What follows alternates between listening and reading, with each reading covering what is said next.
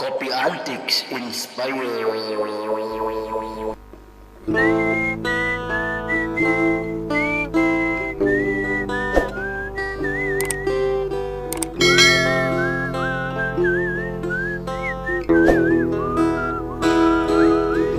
Di tengah situasi ganti, pikiran jadi Bismillahirrahmanirrahim. apa-apa bikin pusing. Alhamdulillahirabbil alamin. Tujuh keliling Wa bihi nasta'inuhu kondisi ala kering, umuri yawadin. hati pun jadi Asyhadu an la ilaha illallah wahdahu la syarika lah. menahan Wa asyhadu anna Muhammadan abduhu wa rasuluhu alladzi la nabiyya ba'dah. dikasih pikiran anak Faqad qala Allahu ta'ala fi kitabihil karim. komunikasi A'udzu billahi minasyaitonir rajim. Ya ayyuhallazina amanu hal adullukum ala tijaratin tunjikum min azabin alim. dikasih pikiran agar Wahai orang-orang yang merasa beriman, apakah kamu sekalian ingin aku tunjukkan kepada satu perniagaan, satu trading yang akan membawa kamu sekalian untuk selamat dari siksa yang sangat pedih. Ini terdapat di dalam surat As-Saff ayat 10. Nanti ada kaitannya bagaimana hal madlukum itu dalam ayat yang selanjutnya, ayat yang 11. Yang ini disebut sebagai tafsir ayat per ayat atau tafsir kitab per kitab, menafsirkan salah satu ayat dengan ayat yang lain. Hadirin ikhwan iman, jamaah kajian subuh Masjid Al-Hikmah yang dirahmati Allah Subhanahu wa taala. Puji syukur kita panjatkan kepada Allah Subhanahu wa taala. Alhamdulillah pada hari ini, pada hari ke-8 Ramadan ya, 8 Ramadan kita masih istiqomah di dalam menjalankan ibadah Ramadan. Mudah-mudahan hari ke-8 ini ibadah Ramadan kita ini semakin kuat, baik dari sisi kualitas ataupun kuantitas ibadahnya. Hadirin ikhwati iman yang berbahagia, pada kesempatan subuh kali ini saya diminta menjelaskan tentang salah satu topik yang sangat penting hari ini, yang kalau seandainya kita tidak memahaminya dengan baik, justru akan membawa pada satu persoalan hidup yang tidak baik juga untuk kita sekalian, yakni berkaitan dengan bagaimana trading. Nah, tadi saya mengawalinya dengan ayat hal adullukum ala tijaratin, bagaimana trading dalam perspektif Islam. Kenapa harus ada perspektif Islam? Karena kita ini adalah seorang Muslim, dan Muslim dan Islam sendiri tentu memiliki perspektif sebagai sebuah way of life, sebagai sebuah cara pandang hidup, sebagai sebuah paradigma, sebagai sebuah cara berpikir. Islam tentu saja memiliki perspektif, memiliki kacamata berkaitan dengan apapun yang ada dalam kehidupan ini, termasuk dalam kehidupan yang berkaitan dengan persoalan perniagaan. Jadi kalau kita coba urai, saya akan mencoba supaya memudahkan pembahasan. Sebetulnya ada dua tema penting hari ini. Yang pertama berkaitan dengan perspektif Islam. Yang kedua bagaimana juga Islam memandang berkaitan dengan persoalan trading ini. Nah, kalau kita coba kaji berkaitan dengan nilai-nilai Islam, maka kita akan menemukan bahwa Islam itu terbagi atas 3 fondasi yang utama, yakni yang berkaitan dengan nilai-nilai akidah, yang kedua berkaitan dengan nilai-nilai syariah, yang kedua berkaitan dengan akhlakul karimah. 3 hal ini tidak bisa dilepaskan dari perspektif seorang muslim, dari kacamata seorang muslim. Kalau seandainya kita lepas diri atau hanya satu yang kita pakai, misalnya akidah saja sementara syariah dan akhlak tidak kita pakai, kita tidak disebut sebagai Islam yang paripurna. Sementara Islam yang paripurna lah yang memiliki hak otoritatif untuk dia bisa masuk ke dalam jannah. Makanya tiga hal ini menjadi bagian yang paling terpenting, termasuk juga ketika kita memandang berkaitan dengan persoalan trading ini. Persoalan akidah tentu berkaitan dengan persoalan keyakinan kita pada Allah Subhanahu wa taala, yang Allah Subhanahu wa taala sendiri melalui nilai-nilai syariatnya memberikan aturan hidup kepada kita. Nah, cuman dalam aturan hidup ini kita harus paham, atau disebut dengan syariah atau disebut dengan fikih. Fikih itu ada dua. Nanti ada berkaitan dengan fiqhul ibadah, fikih ibadah, terutama ibadah mahdo, yang aturan mainnya sudah begitu jelas perinciannya oleh Allah Subhanahu wa taala, dari mulai sholat, zakat, ibadah saum Ramadan yang kita laksanakan hari ini, ibadah haji juga sama. Ini aturan mainnya sudah dibuat sedemikian rupa oleh Allah Subhanahu wa taala. Tidak boleh kita melenceng sekadikit pun berkaitan dengan aturannya. Berkaitan dengan sholat, kata Rasulullah, "Sholu kama ra'aitumuni usolli." Kalau kamu ingin sholat yang benar, perhatikan sholatku, kata Rasulullah. Kalau kamu ingin haji yang benar, lihat manasiku, kata Rasulullah. Kalau kamu ingin puasa yang benar, lihat bagaimana aku berpuasa, kata Rasulullah. Ini bagian dari fikih ibadah. Konteks fikih ibadah itu dalam kaidah usul fikih kita harus paham, karena bicara persoalan pemahaman Islam yang akan kita ambil menjadi perspektif Islam, yang namanya fikih di dalam ibadah itu al-aslu fil ibadati haram illa madalla dalilu ala khilafihi. Ini teorinya, bahwa yang namanya asal dalam persoalan ibadah haram. Tidak boleh kita melakukan apapun kecuali ada dalilnya. Jadi kalau ada dalilnya, baru halal itu yang namanya ibadah. Tapi kalau tidak ada dalilnya, itu ibadah namanya haram atau rodun, tertolak. Tapi dalam persoalan muamalah, ini yang paling banyak dan sering menjadi perdebatan yang sangat luar biasa. Teorinya bukan al-aslu fil ibadati haramun atau rodun, bukan tertolak atau haram, tapi al-aslu fil muamalati al-ibah. Asal hukum dari yang namanya muamalah berkaitan dengan hubungan antara manusia dengan manusia yang lain, manusia dengan alam semesta, manusia dengan lingkungannya dan lain-lain sebagainya. Asalnya hukumnya itu adalah al-ibah. Hukumnya adalah mubah. Boleh-boleh saja. Illa madal dalilu ala khilafihi. Kecuali ada dalil yang melarangnya. Nah, persoalan trading ini nanti akan berkaitan dengan persoalan fikih muamalah. Jangankan dalam fikih muamalah yang sifatnya banyak, tadi asal pokok hukumnya saja hukumnya boleh. Dalam fikih ibadah pun kan kadang-kadang sering terjadi yang disebut dengan ikhtilaf. Ada yang sholatnya begini, begitu dan lain sebagainya, usah saya jelaskan. Itu dalam fikih ibadah aja sudah seperti itu. Apalagi nanti dalam persoalan fikih yang bersifat muamalah. Kenapa? Karena fikih muamalah nanti asal katanya adalah boleh-boleh saja.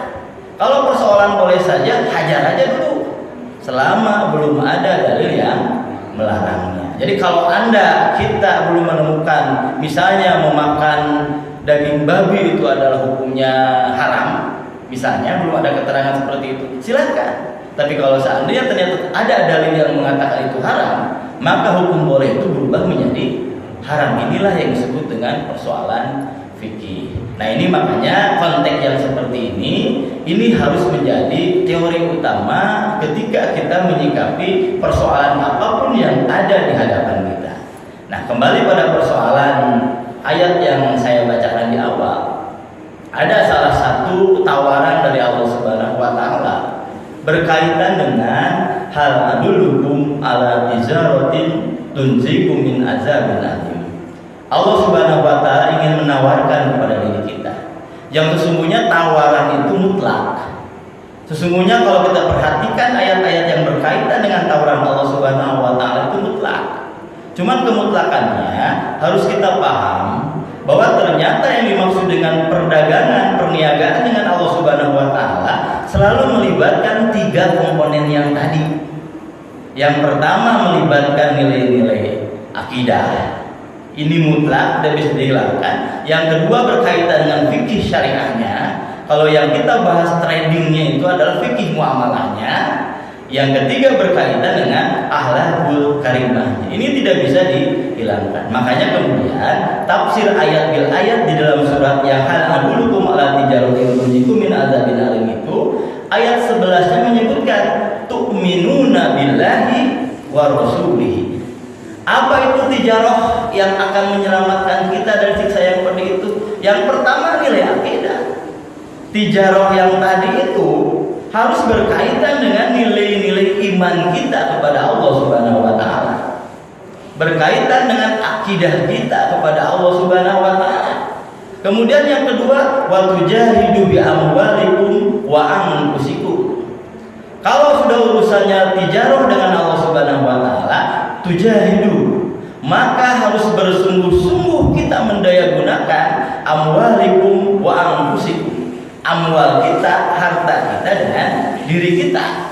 Zalikum khairul lakum in kuntum ta'lamun. Kalau kamu paham kata Allah Subhanahu wa taala, ini akan lebih baik untuk kita sekalian. Jadi selalu melibatkan yang namanya akidah, selalu melibatkan yang namanya fikih muamalah dalam konteks ini. Yang ketiga fikih muamalah pun harus melahirkan akhlakul karimah. Nah makanya bagaimana yang disebut dengan perniagaan dengan Allah Subhanahu wa taala, hemat saya itu harus melibatkan 5 hal yang paling pokok berkaitan dengan tujuan hidup kita. Yang pertama, kalau kita ingin tijarah dengan Allah Subhanahu wa taala yang bisa menyelamatkan kita dari siksa yang akan pedih, maka yang pertama kita harus tetapkan di dalam diri kita apa yang menjadi tujuan hidup kita. Sebab kalau seandainya tujuannya tidak jelas, tujuannya abu-abu, nanti transaksi dengan Allah Subhanahu wa taala juga akan abu-abu. Tidak akan membawa kepada perniagaan yang benar yang bisa menyelamatkan kita dari siksa yang sangat pedih. Yang pertama kata Allah Subhanahu wa taala, coba tetapkan dulu tujuan hidup kita ini apa. Sebab kalau seandainya tujuan hidup kita tidak paham berkaitan dengan tujuan hidup kita, maka nanti akan ada kesalahan melangkah dalam hal-hal yang selanjutnya. Kalau kita seorang muslim, perspektifnya tentu saja tujuan hidup kita itu apa? Inna sholati wa nusuki wa mahyaya wa mamati lillahi rabbil alamin. Kalau kita menjadi muslim yang paripurna, perspektifnya hidup kita itu harus karena Allah Subhanahu wa taala. Jangan karena yang lain. Sebab kalau karena yang lain, misalnya karena harta, karena keuntungan dunia dan lain sebagainya, nanti jangan-jangan kita akan salah melangkah begitu. Nah makanya ini yang harus kita tentukan itu yang pertama, apa yang menjadi tujuan hidup kita. Dan seorang muslim tentu saja tujuan hidupnya, kacamatanya adalah karena Allah Subhanahu wa taala.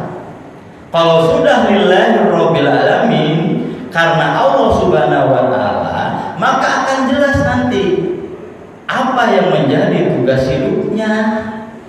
Apa tugas hidup kita?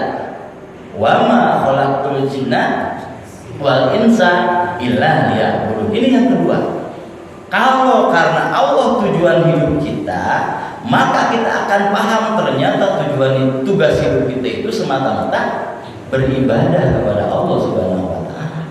Mengabdi kepada Allah Subhanahu wa taala bukan dalam arti ibadah mahdhaf saja, yang aturan mainnya tadi sudah jelaskan, sudah diatur sedemikian rupa, tapi juga dalam ibadah dalam arti pengabdian yang lebih luas, termasuk dalam urusan trading, termasuk dalam urusan fikih muamalah. Kita harus meniatkan diri hidup kita adalah ibadah, mengabdi semata-mata karena Allah Subhanahu wa taala. Ini yang harus kita tegaskan. Ini yang disebut dengan perspektif muslim. Tujuan hidup kita karena Allah Subhanahu wa taala, tugas kita adalah ibadah kepada Allah Subhanahu wa taala. Nanti akan jelas turunan selanjutnya. Apa peranan hidup kita. Inni ja'ilun fil ardi khalifah. Kalau sudah kita paham hidup karena Allah, kemudian tugas hidup kita ternyata adalah ibadah, mengabdi pada Allah Subhanahu wa taala, kita akan paham ternyata kita punya peranan. Apa peranannya? Khalifah kita itu menjadi wakil Allah Subhanahu wa taala, menjadi wakil kebaikan Allah Subhanahu wa taala di muka bumi ini. Kalau menjadi wakil kebaikan Allah Subhanahu wa taala, jangan dong kita membuat malu Allah Subhanahu wa taala. Kan logikanya seperti itu. Yang ketiga selanjutnya, peranan kita akan jelas. Apa peranan kita itu? Wakil Allah ternyata. Wakil kebaikan Allah Subhanahu wa taala. Kalau sudah kita tahu peranan hidup kita, biasanya kita akan mencontoh siapa yang menjadi idola kita. Ternyata idola kita itu, uswatun hasanah kita itu Muhammad Shallallahu Alaihi Wasallam. Kalau kita sudah karena Allah, tugas kita adalah ibadah, ternyata peranan kita itu adalah sebagai wakil kebaikan Allah Subhanahu Wa Taala, maka yang harus kita contoh itu bukan yang lainnya, bukan si Ken, siapa itu? Indra Ken, atau siapa? Salman Doni, Doni Salman, atau siapalah yang begitu. Uswatun hasanah kita itu semata-mata Rasulullah, kan begitu. Ini perspektif, ini persoalannya. Jadi kenapa yang namanya si Salman, kenapa yang si Salman, Doni Salman, kenapa yang namanya si Indra Ken dan lain sebagainya dia melakukan fleksi, ingin menjadi idola. Kenapa ingin menjadi idola? Agar nanti ada orang yang ikut serta pada. Kalau dia kan urusannya bisnis. Kalau urusannya bisnis, dia akan menjadi berada di bawahnya begitu. Nah, kalau sudah peranan kita jelas, maka biasanya kita akan mencari contoh hidup yang jelas siapa. Uswatun hasanah kita itu adalah Rasulullah. Kalau sudah uswatun hasanah Rasulullah kita, biasanya kita akan mencari pedoman hidup Rasulullah itu apa. Kembali kepada Quran dan hadis. Inilah yang disebut dengan perspektif hidup seorang muslim. Jadi begitu jelas, kacamatanya jelas, kan molencang, sehingga apapun yang terlihat itu kalau tidak karena Allah, kalau tidak dalam konteks ibadah, kalau tidak sebagai peranan wakil Allah, kalau tidak dicontohkan oleh Rasulullah, kalau tidak ada pedoman itu, ya tinggalkan, selesai. Sebetulnya sederhana perspektif seorang muslim itu. Ini yang pertama yang harus kita pahami berkaitan dengan apapun, termasuk dalam menghadapi persoalan fikih muamalah kontemporer hari ini. Nah, kebetulan saya kan mengajar fikih kontemporer ya, Pak Ustaz Deden. Dari tahun berapa? Saya bukan jurusan fikih, cuman karena dipaksakan saya harus bisa karena mengajar mahasiswa untuk fikih muamalah kontemporer. Nah, salah satu di antaranya berkaitan dengan hal yang dibahas dalam fikih muamalah kontemporer itu berkaitan dengan persoalan trading, berkaitan dengan persoalan bisnis perdagangan, tukar menukar dan lain-lain sebagainya. Tapi ini kan persoalan yang terjadi hari ini. Nah, persoalan yang terjadi hari ini tentu saja Islam sebagai solihun likulli makan wa zaman. Jadi Islam itu punya prinsip solihun likulli makan wa zaman, wujudan wa adaman. Jadi yang namanya konsep Islam itu selalu relevan, selalu bisa menyesuaikan diri dengan konteks zamannya, konteks hari ini dan lain-lain sebagainya. Sekarang akibat adanya kemajuan teknologi dan lain-lain sebagainya, terjadilah yang disebut dengan proses digitalisasi. Nah, proses digitalisasi itu salah satunya ada yang disebut dengan disrupsi. Terjadi kerusakan sistem sosial yang sesungguhnya tatanannya itu dulu sudah jelas. Tapi Islam harus merespon persoalan ini. Nah, makanya kemudian muncullah yang namanya fikih muamalah kontemporer. Ingat, asal hukum, asal teori dari fikih muamalah itu apa tadi? Al-aslu fil muamalati al-ibahah. Sebelum ada dalil yang mengatakan A, B-nya, hitam putih dan lain-lain sebagainya, kita jangan dulu mengatakan haram berkaitan dengan persoalan-persoalan yang ada pada kemajuan hari ini, termasuk dalam urusan trading. Saya coba yang disebut dengan trading itu sesungguhnya kan perdagangan.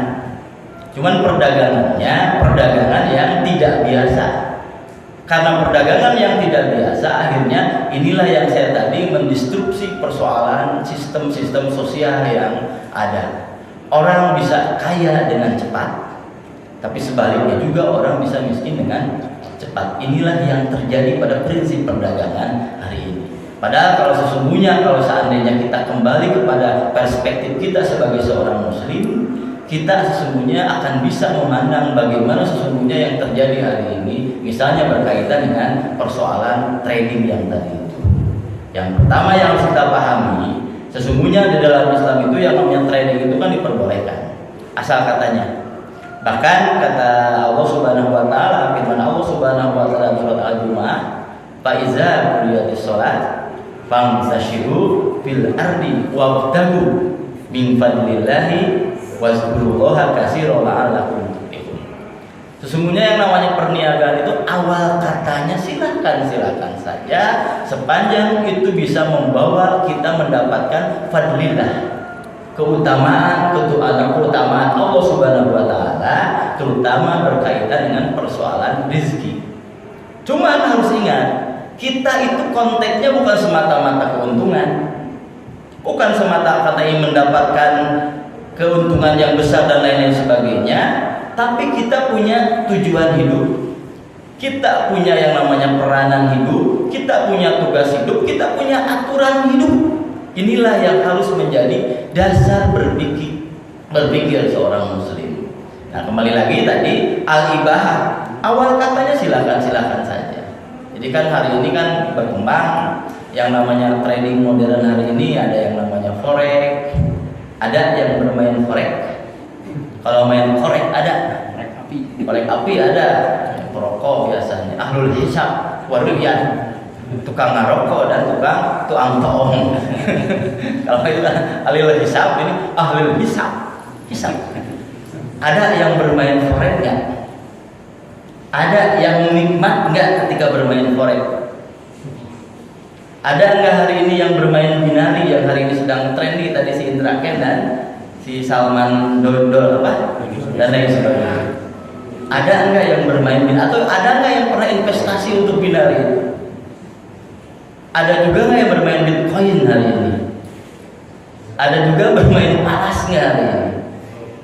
Ada juga yang bermain emas. Kalau investasi saham kan jelas ya. Ingat, harus dibedakan antara trading saham dengan investasi saham. Kalau investasi saham lebih kepada boleh. Kalau saya melihat, kenapa boleh? Kita kan investasi, ada seseorang yang buka perusahaan, kemudian kita punya modal, kita invest. Jelas kan? Ada proses perdagangannya, ada proses keuntungan dan lain-lain seterusnya. Itu jelas. Tapi kalau trading saham itu dalam hitungan yang cepat, orang bisa mendapatkan keuntungan yang besar. Sebaliknya ada orang yang kalah di sana. Persis seperti apa ini? Persis seperti itu. Nah, makanya dalam konteks fikih muamalah, apapun yang berkaitan dengan al-buyu, jual beli istilahnya dalam Islam itu, mesti melihat 4 hal. Yang pertama harus diperhatikan, sepanjang ada yang namanya ribawi, trading itu hukumnya haram. Dia berubah menjadi haram kalau seandainya ada keterkaitan dengan ribawi, ada berkaitan dengan riba, ini hukumnya menjadi haram. Trading itu boleh sepanjang dia tidak terjadi yang disebut dengan al-maisir. Apa al-maisir? Spekulasi, untung-untungan yang disebut dengan judi. Ya Pak Haji Roma kan sudah jelas. Judi. Sampai berarti. Artinya toat itu kan artinya benar-benar luar biasa, itu membahayakannya. Nah, kalau seandainya di samping tadi ada mengandung riba, kemudian yang kedua mengandung al-maisir, itu hukumnya akan menjadi haram. Bayangkan yang namanya binari yang kemarin ini, di samping ada proses penipuan, nanti kita jelaskan yang selanjutnya, ada proses penipuan, kita invest istilahnya itu kan, nyimpen uang 100 juta, rugi 100 juta, 80% masuk ke siapa? Masuk ke istilahnya itu apa? Apa istilahnya si Doni itu? Afiliator. Masuk ke afiliator 80%, 20%-nya masuk ke perusahaan binari. Tapi ternyata uangnya itu digunakan untuk apa?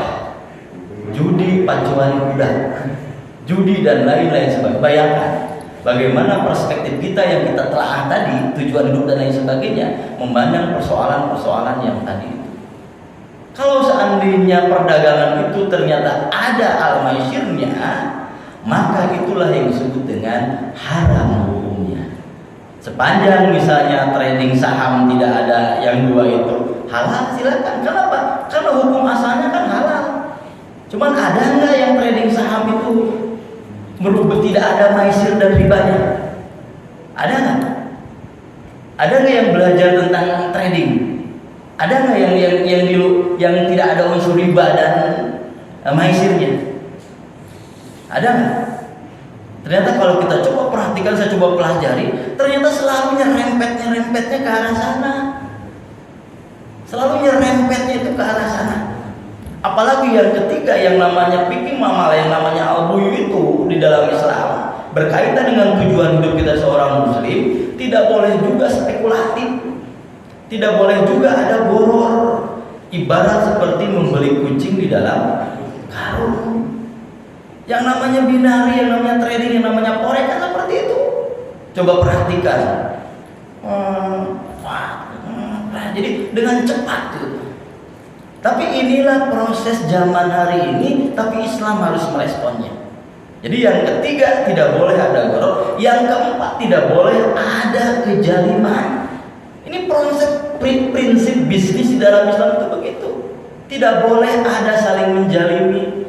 Kalau tidak ada, kalau yang namanya binari tidak ada menjalimi, hari ini yang namanya Siken dan Salmana mungkin tidak akan masuk penjara. Kenapa masuk penjara? Karena ini kan hukumnya pidana, ada proses pengaduan. Artinya apa? Ada orang yang dizalimi di sini.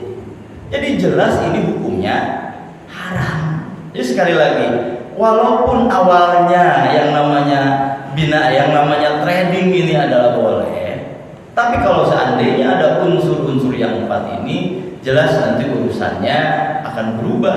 Bahkan ada yang secara tegas para ulama menyebutkan hukumnya sangat haram sekali, maka perlu dijauhi. Bahkan di dalam konteks al-maisir kan, innamal khamru wal maisir rijzum min amali syaiton fajtanibuhu. Kalau seandainya kita melakukan trading, mau binary, mau jual beli trading emas, trading saham, bitcoin, forex dan lain sebagainya, ternyata ada nyata-nyata jadi di sana, fajtanibuhu kata Allah Subhanahu wa taala. Coba hindari yang seperti itu karena tidak akan menguntungkan. Walaupun menguntungkan, ingat di dalam Islam itu nilai-nilai perjuangan, nilai-nilai niaga itu harus mengandung nilai-nilai keberkahan. Ini salah satu yang harus kita coba resapi berkaitan dengan persoalan hari ini. Termasuk juga kan MLM, ya, multi level marketing. Ada yang mengharapkan MLM hari ini? Mungkin ada. Tapi ternyata ketika dia berada di top down istilahnya ya, yang paling atas, betul bahwa dia itu tidak merasakan injakan dari kaki orang lain. Dia bahkan menginjak kaki pundak orang lain dan begitu. Dan seterusnya. Tapi apakah hartanya kemudian berkah dan lain sebagainya? Saya yakin ketika kita menginjak orang lain dalam bisnis, maka akan ada orang yang terzolimi. Sementara orang yang terzolimi itu salah satu di antara 3 orang yang doanya langsung diterima Allah Subhanahu wa taala.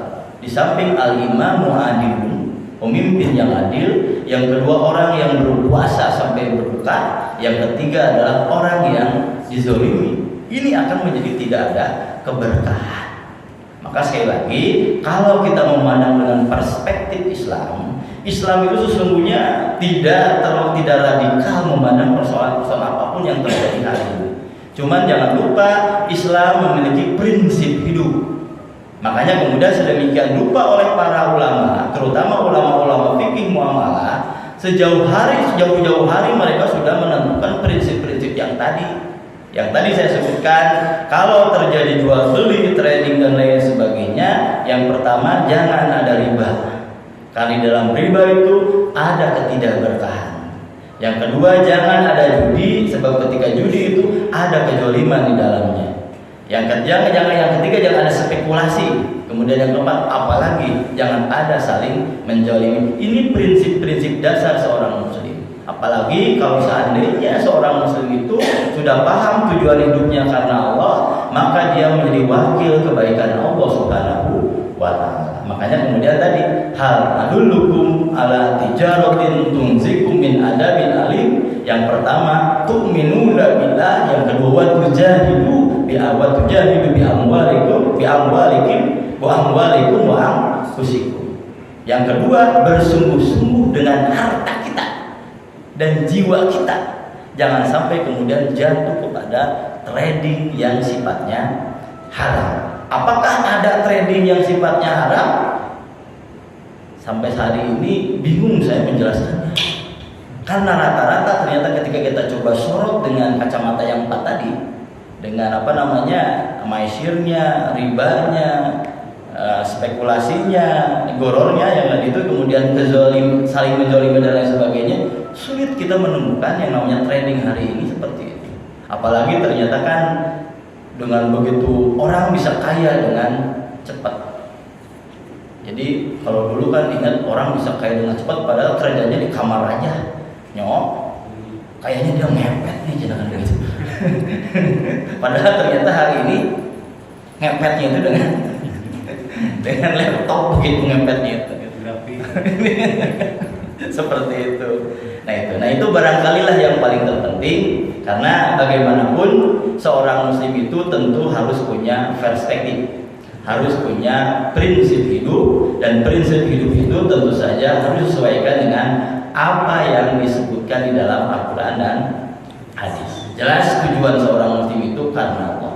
Kalau karena yang lain mungkin ujung-ujungnya dia boleh, kan begitu. Tapi kalau karena Allah Subhanahu wa ta'ala, nanti dia akan paham konteksnya adalah ibadah. Kalau dalam konteksnya pengabdian kepada Allah Subhanahu wa ta'ala, ya harus turut pada Allah Subhanahu wa ta'ala. Kalau Allah mengharamkan riba, hindari.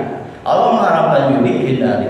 Allah mengharamkan perjualbelian goror, hindari. Allah mengharamkan saling menjalimi, ya hindari. Kalau kita niatnya ibadah karena Allah Subhanahu wa ta'ala. Lalu kemudian apalagi kemudian urusannya kemudian kita adalah wakil kebaikan Allah Subhanahu wa ta'ala. Pak, kan Doni Salman juga sering bagi-bagi, Pak, cina begitu kan. Ternyata kan itu flexing ujung-ujungnya. Kalau flexing itu kan bagi pencitraan. Di dalam teori komunikasi itu ada yang disebut dengan impression management. Impression management itu mengelola kesan. Bagaimana mengelola kesan agar orang lain itu terkesan kepada kita, mengikuti apa yang kita pikirkan.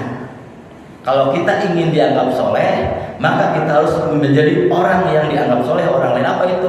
Pakai kopiah, pakai baju koko, sering ke masjid. Itu yang disebut dengan impression management. Walaupun tadinya tidak ada. Nah biasanya seperti ini sering datang ketika masa-masa pemilu yang seperti itu. Nah ini juga sama flexing juga kan impression management. Bagaimana dia mengelola kesan agar dia dianggap kaya. Kekayaannya itu kemudian bisa menarik minat orang lain. Ternyata dia hanya sekedar afiliator. Bagaimana dia menjadi contoh bagi yang lain, orang supaya tertarik, padahal ternyata duitnya itu sekedar diambil, dirampok dan lain sebagainya. Sebab kenyataannya dia dapat 80%, ke perusahaan binarnya cuma dapat 20%. Kalau saya sih hindarilah yang seperti itu. Yang asik-asik sajalah bisnisnya. Bisnis bala-bala, yang penting kan berkah. Bisnis kopi antik misalnya. Yang penting berkah begitu. Sebab nanti gini, yang disebut dengan logika harta benda rezeki dari Allah Subhanahu wa ta'ala, Pak ya. Saya pernah menjelaskan bahwa yang namanya rezeki dari Allah Subhanahu wa ta'ala itu kan bentuknya bukan hanya ghani aninas yang berkaitan dengan material, yang berkaitan dengan keuntungan rezeki materi dan lain sebagainya. Itu kan disimpan terakhir oleh sahabat Ali bin Abi Thalib. Yang pertama kan rezeki Allah itu al-Islam, dinul Islam. Dulu kan pernah menjelaskan. Yang kedua Quran. Yang ketiga Nabi Muhammad. Yang keempat sehat walafiat. Yang kelima kita asatru. Kita ditutupi dosa-dosa kita, perbuatan maksiat kita ditutupi oleh Allah Subhanahu wa taala. Baru yang keenam berkaitan dengan al-ghani anin nas, berkaitan dengan rizki yang berbentuk materialistik begitu. Jadi kalau kita ingin ikuti Nabi, ya silakan ikuti. Kalau kita pedoman contoh hidup kita adalah Nabi, kita perhatikan bagaimana bisnis Rasulullah. Walaupun sedikit demi sedikit untungnya, tapi ternyata berkah. Kenapa berkah? Karena lillah. Dunia itu kan hanya sementara 65 tahun barangkali lah. Kalau saya sudah minta 63 tahun pada Allah Subhanahu wa taala, tongkol teuing. Menghitung hari mungkin aja amalan satu numpuk begitu. 63 tahun lah taruhlah kita. Mungkin hitungan saya tinggal 17 tahun lagi umur saya. Kalau itu nyampe, kalau setahun depan meninggal kan beda lagi begitu ya. Kita kan sebentar, yang paling abadi, yang paling lama khalidina fiha itu nanti di akhirat. Akan lebih baik kita ikuti hal-hal yang bersifat prinsip dari ajaran-ajaran Islam yang tadi, berkah dan lain-lain sebagainya. Sebab rezeki yang tidak didapatkan dengan berkah selalu aya dalam kehidupan kita. Apakah budak pernah jadi badur kan? Punten kamari aya terus. Apa itu namanya? Geng-gengan gitunya. Malam tadi juga ada katanya di muncul. Ya, dengar ya, di muncul ada. Nah bisa jadi ini akibat tidak berkahnya rezeki yang dimakan dari orang tuanya. Begitu, apakah dari korupsi, dari trading yang haram dan begitu kan, dari hal-hal yang haram dan lain-lain sebagainya. Bisa jadi nanti sakit kan dia, menahun kan, jadi habis dan lain sebagainya. Makanya kalau kita menggunakan perspektif Islam dalam urusan masalah perniagaan, alangkah lebih bagusnya cari yang berkah-berkah saja, dan Islam sebagai way of life, sebagai pedoman hidup, sebagai kacamata hidup sesungguhnya menawarkan banyak hal yang tadi. Jangan sampai kita kemudian mendapatkan keuntungan besar tapi ternyata tidak halal atau minimal subhat. Kalau ini bersifat subhat, kalau trading ini ya, perdebatan trading itu kan ulama itu ada yang menghalalkan, ada yang mengharamkan. Nah, kalau dalam perdebatan trading ada yang seperti itu, kita masukkannya kepada subhat. Kalau subhat, al halalu bayyinun wal haramu bayyinun wa bainahuma subhatun. Yang halal bagus jelas, yang haram sudah jelas. Di antara yang tidak jelas itu akan lebih bagus kalau ditinggal. Itu aja sebenarnya sederhana gitu, seperti itu. Jadi kalau misalnya, Pak, saya sudah terjun dalam trading, Pak, bagaimana begitu ya? Ya silakan, tinggal kita pikirkan berkaitan dengan prinsip hidup seorang muslim yang tadi saya sebutkan yang tadi. Akan lebih baik kalau seandainya ditinggalkan. Ada banyak bisnis yang lain, dan orang kaya sebenar-benarnya kaya makan investasi, Pak. Ya, investasi yang namanya hari ini disebut dengan konglomerat itu tidak ujug-ujug kaya, Pak. Emang si Raffi Ahmad ikutan binari enggak? Tapi tradingnya tuh trading benar investasi. Dari mulai dia membuka PT, perusahaan dan lain sebagainya. Itulah yang membuat dia menjadi ada proses. Jadi kalau misalnya satu hari satu minggu ojol-ojol beli mobil Mercy dan lain sebagainya, kalau dulu disebutnya ngepet. Kalau hari ini ternyata bisa jadi didapatkan dari hal-hal yang seperti itu. Makanya fajtanibu akan lebih bagus ditinggalkan oleh kita begitu. Maka pilihan yang diteruskan kembali berkaitan dengan persoalan trading kan termasuk fikih muamalah. Kalau dalam persoalan fikih muamalah biasanya ada banyak perdebatan berkaitan di dalamnya. Maka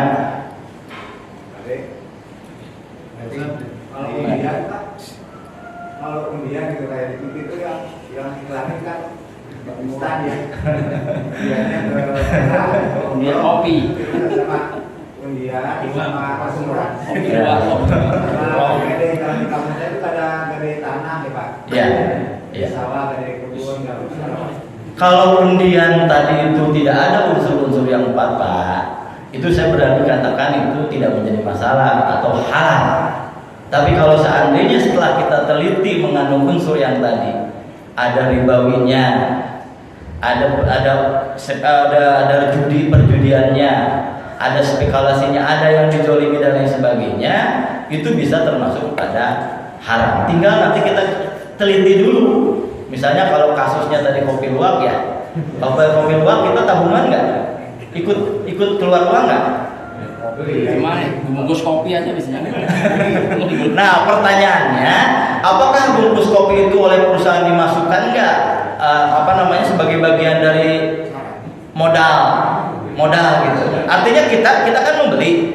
Ketika membeli kan tidak hanya membeli kopinya Pak, tapi membeli cangkangnya. Cangkang itu kan dibebankan kepada pembeli ya, betul nggak? Nggak mungkin perusahaan nggak gratiskun kopinya saja, Pak, mangga kopinya tinggal di sini. Nggak gitu, tapi dihitung juga dengan cangkang. Nah, kalau cangkangnya pada kenyataannya ternyata dibebankan kepada masyarakat, tapi kemudian masyarakat merasa keberatan dengan kalau tidak kita pakai kan biasanya dibuang atau kita manfaatkan menjadi sesamakan, kan begitu. Nah, kalau kita merasa itu tidak menjadi masalah buat kita anggap sebagai barang yang dibuang, hemat saya sih tidak menjadi masalah, Pak, gitu. Tapi kalau seandainya kita keberatan karena kita menganggap ini adalah uang kita, cangkang yang tadi itu kemudian kemudian dikumpul-kumpul kemudian menjadi uangnya diumrohkan kepada orang yang mendapatkan undian, ini baru bermasalah begitu. Jadi mudah-mudahan saja karena yang menjadi citranya adalah Ustadz begitu ya. Mudah-mudahan saja seperti yang saya sebutkan di yang kedua tadi, itu berdasarkan saling ridho, tidak ada kezaliman. Tapi kalau seandainya undian itu harus bayar dan lain sebagainya, jelas itu masuknya malah bisa ke perjudian, Pak. Karena yang dibayarkan kepada orang yang menang itu kan uang yang dikumpulkan.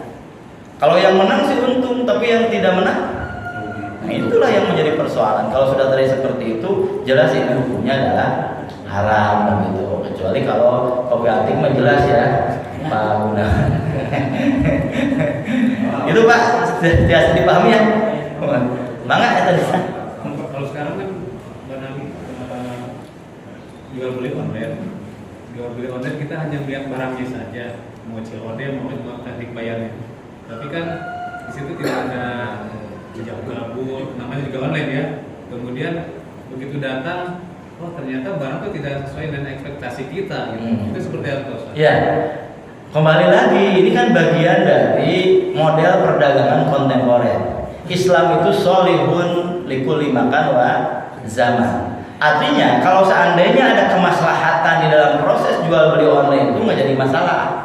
Tapi ketika terjadi kemadharatan, ini baru menjadi persoalan. Nah makanya jangan kemudian dipukul rata jual beli online itu haram, enggak. Sepanjang ada kejujuran, tidak ada yang dizolimi dan lain sebagainya, hemat saya itu halal-halal saja, sah-sah saja terjadi jual beli online. Terkecuali kalau seandainya memang ada niatan dari para pedagang untuk menjalimi, jelas ini hukumnya adalah haram. Barang yang dijajakannya sempurna 100%, enggak ada yang 100% ya sempurna ya. 90% lah bajunya begini, ternyata yang datang itu beda dan lain sebagainya, jelas ada unsur penipuan. Kalau ada unsur penipuan, ini yang disebut dengan kezaliman.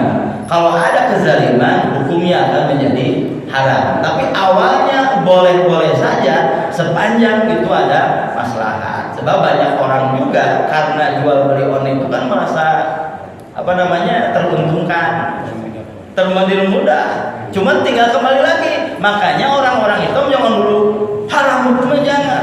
Jadilah pedagang online. Kenapa? Biar orang pedagang online yang tidak jujur itu tersingkirkan. Bala-bala juga kalau bisa hari ini harus online. Ya online itu kan sesungguhnya kan ongkir. Bahasa lainnya kan ongkir online itu kan ya. Kalau ongkir kan jadi masalah. Cuman persoalannya tadi karena memang kita tidak berhadapan-hadapan. Ini kadang-kadang para ulama saklek juga kalau tidak berhadapan-hadapan, ijab kabulnya tidak jelas dan lain sebagainya. Padahal ketika kita itu ijab kabul juga kalau menurut hemat saya, akad juga kalau menurut hemat saya begitu. Jadi kalau bisa umat Islam terjun dalam dunia bisnis online, biar bisnis online yang tidak jujur itu tersingkirkan. Insya Allah hukumnya halal sepanjang tidak ada yang mengharamkan. Apa yang mengharamkannya? Ketidakjujuran, kejoliman dan lain-lain sebagainya. Itulah yang membuat bisnis online menjadi haram begitu. Jadi hari ini silahkan seluas-luasnya. Kalau dulu kan terbatas. Kalau misalnya dulu kan kita dagang di rumah, paling yang datang lingkungan itu saja. Tapi kalau hari ini orang Amerika bisa beli bala-bala kita, Jadi kalau kita misalnya bala-balanya dikemas sedemikian, kan sekarang kan kemasan yang paling terpenting, dikemas sedemikian rupa, kita bisa menjual kemana-mana. Nah cuman tadi coba kembangkan bisnis online yang Islami. Jadi Islam itu berat sesungguhnya. Hari ini banyak persoalan-persoalan hidup yang lahir, yang ternyata secara kasat mata banyak membuat madorot dan lain-lain sebagainya. Tapi Islam justru datang harus mengislamkan, harus membuat beres kembali tadi itu, karena prinsipnya sepanjang ada maslahat, insya Allah itulah yang disebut dengan Islami. Tapi kalau ada kemadorotan, inilah yang membuat sesuatu itu menjadi bersifat haram. Itu barangkali ya. Ada lagi? Mangga? Yang kita persoalkan yang suram ini kan soal yang usungan miliaran, triliunan. Coba kita kembali yang sederhana saja. Pasar sekarang padahal pembeli sama penjual itu hampir sama, tapi barang semua naik. Berarti ada penimbunan atau kelangkaan. Bagaimana mengatasi ini? Iya. Kalau yang namanya penimbunan jelas hukumnya apa? Haram. Dalam Al-Quran kan jelas disebutkan. Yang namanya orang mendimun karena kepentingan, keuntungan dan lain sebagainya, itu hukumnya haram. Kalau seandainya kita terlibat dalam itu harus hati-hati. Keuntungan yang kita dapatkan insya Allah tidak berkah yang seperti itu. Itu jelas sesungguhnya. Nah kalau hari ini misalnya ada kelangkaan minyak goreng, kelangkaan dan lain sebagainya, sebetulnya kan kembali kepada tata kelola pemerintahan, terutama berkaitan dengan persoalan perdagangan. Seolah-olah hari ini kan jadi kritik pemerintah ya. Seolah-olah pemerintah hari ini tidak hadir. Betul nggak? Harusnya logikanya kita kan CPO minyak itu luar biasa Pak, bahan mentah minyak goreng itu luar biasa. Tapi kok di negeri yang minyak mentah untuk minyak goreng luar biasa, kok sampai timbul kelangkaan seperti ini? Ada apa? Berarti ada persoalan sistem yang tidak beres. Nah persoalan sistem yang tidak beres ini kan bukan kewenangan kita, bukan kewenangan pedagang, bukan kewenangan kita sebagai konsumen, tapi kewenangan pemerintah yang harus menata kembali berkaitan dengan persoalan yang seperti ini. Begitu. Jadi memang ini rada ngejelimet juga Pak. Hal-hal yang seperti ini ada politik di dalamnya, kepentingan politik, kepentingan ekonomi dan lain seterusnya. Jadi kita mah cukup berdoa saja lah. Mudah-mudahan ada kesadaran dari pemerintah yang mengelola tata perdagangan hari ini. Ingat, saya dulu pernah berbicara di sini. Salah satu di antara kelebihan orang Muslim itu adalah menerima skenario Allah Subhanahu Wa Taala. Salah satu kalau misalnya hari ini terjadi kelangkaan minyak, ya jangan terlalu boros satu, gitu kan? Oh sudah ya saya bisa. Justru bisa jadi ini isyarat kita untuk menjaga kesehatan. Entong digoreng tapi direbus, dibakar dan lain sebagainya. Ada benarnya juga Ibu Megawati di sini. Betul ada benarnya juga. Cuman persoalannya tadi kalau pimpinan yang ngomong kan menjadi lain di masyarakat itu. Tapi kalau saya ngomong kan itu bisa jadi ini adalah isyarat dari Allah Subhanahu Wa Taala. Sudah waktunya kita menjaga kolesterol kan begitu. Makanya silahkan direbus, silahkan disupan dan lain-lain. Bisa jadi seperti itu, gitu Pak. Gitu. Kalau saya sih melihatnya begitu. Istri saya juga kan begitu Pak, susah nyari minyak. Nih ceritanya. Bisa jadi itu isyarat. Apa ketemu batik anu digoreng kan begitu. Alhamdulillah. Ngerti juga Pak. Akhirnya tahu dibahas disupan aja yang puluh Pak. Tong gitu-gitu tuh. Tapi alhamdulillah kalau di Purwakarta kan tidak terlalu langka bener ya di Purwakarta, alhamdulillah. Karena tukang gorengan karunya oke Pak. Kasihan tukang gorengan kalau tidak ada minyak. Begitu Pak, kalau ini urusannya dengan tata kelola pemerintah. Makanya nanti memilih pemimpin itu orang yang dianggap bisa menyelesaikan persoalan. Jangan pencitraan. Kalau pencitraan kayak tadi, benghar ketinggalan benghar padahal mah teu benghar. Pinter ketinggalan pinter padahal teu pinter. Tapi sekedar mendramatisasi dia menjadi orang pintar padahal tidak pintar. Seperti itu Pak ya. Udah. Ada satu lagi tadi? Ya Pak. Abang. Masalah game tadi, masalah game dengan permainan anak-anak. Karena saya juga mengalami dalam keluarga ini, punten bahasanya, dari jual mobil sampai beli akun gitu. Iya. Itu cuma namanya aksi, jadi kalau dikenal semua aksi tahu nggak? Itu hanya telur, permainannya kayak Tetris. Akunnya itu sampai 60 juta, 30 juta harganya. Ya. Satu telur itu waktu dia beli itu sampai 6.000, 3.000, dan itu nggak pernah akan rugi. Jadi nggak ada ruginya. Jadi satu hari itu ditentukan. Misalnya satu hari itu cuma dapat 100 saja. Jadi 100 kali 3.000 misalnya. Itu yang dapat hari itu. Besok dia ulang lagi begitu lagi. Terus gimana ruginya? Nggak ada ruginya. Nah, begitu terus berjalan dari 3.000 turun. Misalnya jadi 2.000. Sampai sekarang nilainya cuma 100 perak. Nah, yang begitu. Wah, jadi begitu hebat ya tantangan, orang tua bingung. Begitu ditanya sama anak, haramnya di mana? Kita nggak ada ruginya kok, gitu kan? Untung terus dia bilang. Jadi kalau mensiasati tadi ibu-ibu menyelesaikan masalah tanpa masalah, sekarang ini banyak yang kepegadean Pak Ustaz. Ya kan? Jadi bingung sekarang. Ini orang tua menerangkan ke anak bagaimana ini? Iya. Karena yang tadi jual telur tadi nggak ada untungnya, nggak ada ruginya. Tapi permasalahannya dari 3.000 sampai ke 100 perak sekarang. Dari 60 juta, 80 juta sampai 40 juta harga mobil itu dijual. Sampai sekarang ya cuma 7 juta, 6 juta. Enggak benar.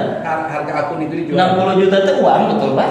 Uang Pak, beli akun ya. Itu ada agennya, ada distributornya, itu resmi.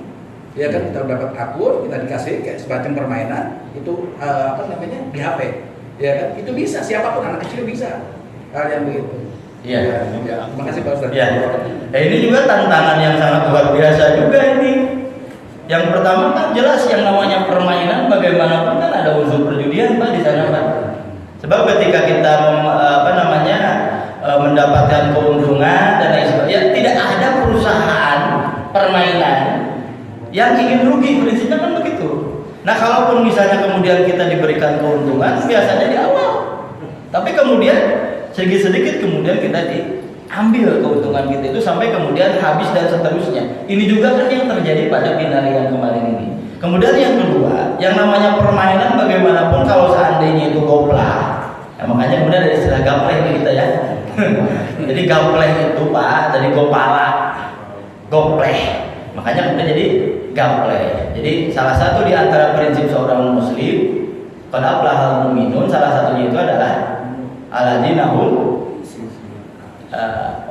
yang ketiga itu qad aflahal mu'minun walladzina hum fi sholatihim khashi'un walladzina hum 'anil lagwi mu'ridun.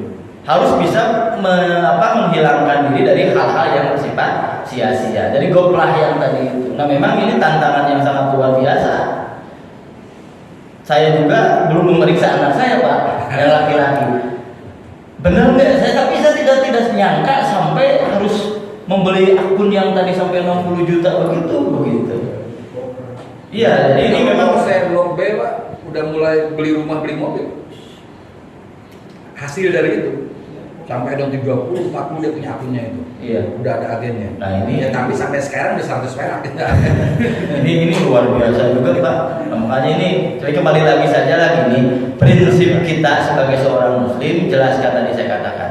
Sepanjang itu tidak madorot, itu ada maslahat, tidak bertentangan dengan yang 4 tadi, itu kita jadikan sebagai satu hal yang bisa kita lakukan. Tapi kalau seandainya ternyata banyak madorot dan mengandung 4 unsur yang tadi, alangkah baiknya ditinggalkan. Betul ada untung, insya Allah untung dari barang-barang yang dilarang itu tidak ada keberkahan. Insya Allah tidak akan ada keberkahan. Catat saja ini, tidak ada keberkahan. Justru akan lebih berkah kalau misalnya kita dagang bala-balanya kemudian kita modifikasi sedemikian rupa, ada rasa anggur apalah begitu, kemudian kita jual online, keuntungan. Apalagi ada satu cerita yang terakhir aja nih ya, ada satu cerita dari Mesir Pak, ini menarik, ini berkaitan dengan hal adulukum ala tijaratin tunzikum min adzabin alim. Dulu kan di Mesir, saya lupa lagi namanya, itu banyak di videonya Pak Ustaz Dadan, itu di sana itu ada seseorang insinyur Dia mengajak 9 orang temannya untuk investasi, bukan trading, investasi. Kalau investasi keuntungannya jangka panjang, bukan jangka pendek. Kalau trading jangka pendek. Nah ini jangka panjang, ini investasi. Berapa punya uang sekian ya? Akhirnya kemudian terkumpul, taruhlah 100 juta. Ini 9 orang nih, kita libatkan 1 orang untuk Allah Subhanahu Wa Taala. Jadi dihitung 10 orang. 10 itu yang satunya Allah Subhanahu Wa Taala. Nanti keuntungannya bagaimana? 1 orang mendapatkan 10%, termasuk Allah Subhanahu Wa Taala mendapatkan 10%. Kemudian ternyata ketika melibatkan Allah Subhanahu Wa Taala 10%, terus untung dan seterusnya, sampai kemudian tadi bisa membangun rumah sakit sendiri, bisa membangun sekolah, bahkan sampai ke universitas. Karena keuntungan terus meningkat, akhirnya kemudian keuntungan buat Allah ditambah 10% jadi 20%, 50%, sampai 100%. Malah si insinyur tadi bukan lagi pemilik saham, sahamnya diberikan pada Allah Subhanahu Wa Taala, dia bekerja pada perusahaan Allah Subhanahu Wa Taala. Coba dicek di videonya itu di Mesir. Itu halal dulu ala tijaratin tunjikum min adzabil alim. Investasi bukan trading. Ingat, investasi itu jangka lama, jangka panjang. Karena jangka panjang, inilah proses seorang muslim. Tawakal, sabar, ketika mendapatkan keuntungan, syukur. Ketika tidak mendapatkan keuntungan, sabar. Selesai persoalan sesungguhnya. Cuma tinggal kembali kepada diri kita bahwa way of life seorang muslim, tujuan hidupnya jelas karena Allah, tugas hidupnya ibadah, peranan hidupnya khalifah, pedoman hidupnya Quran dan hadis, kemudian contoh hidupnya adalah Rasul. Sederhana sesungguhnya, insya Allah hidup kita itu akan lebih berkah, berefek kepada lingkungan kita. Sakit itu pengintinya, terus tahu benar. Pada naon tuh benar. Sakit itu pengintian mudah-mudahan bermakna dan bermanfaat, dan ada bahan yang bisa kita jadikan bahan renungan, bahan pikiran kita, dan mudah-mudahan dari renungan dan berpikir kita ini melahirkan sebuah cara berpikir. Ternyata pentingnya kita kembali berniaga sesungguhnya dengan Allah Subhanahu Wa Taala. Kita berdoa dari Allah Subhanahu Wa Taala, mudah-mudahan kita diberikan ketenangan batin, diberikan keteguhan hati untuk dekat dengan Allah Subhanahu Wa Taala. Tujuan hidup kita jelas karena Allah Subhanahu Wa Taala. Rabbana la tuzigh qulubana ba'da idh hadaytana wa hab lana min ladunka rahmah innaka antal wahhab. Rabbana atina fid dunya hasanah wa fil akhirati hasanah wa qina azabannar wa la taqum wallahu a'lam bishawab. Assalamualaikum warahmatullahi wabarakatuh. Kopi anti, komunikasi pikiran analitik. Kopi anti, komunikasi pikiran akademik.